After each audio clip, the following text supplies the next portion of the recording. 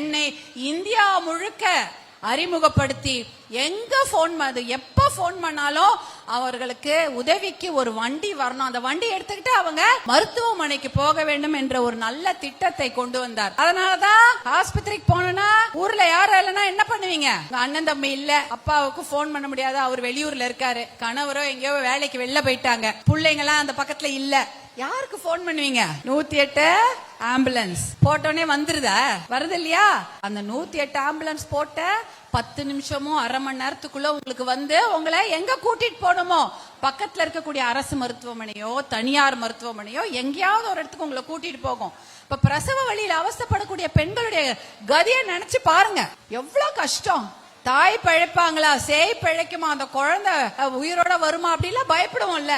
எவ்வளவு பேர் இப்ப யோசிச்சு பாத்தீங்கன்னா இந்த 108 ஆம்புலன்ஸ்ல 65,000 குழந்தைங்க பிறந்திருக்காங்க தமிழ்நாட்டுல மட்டும். அவ்வளோ பிரச்சனை.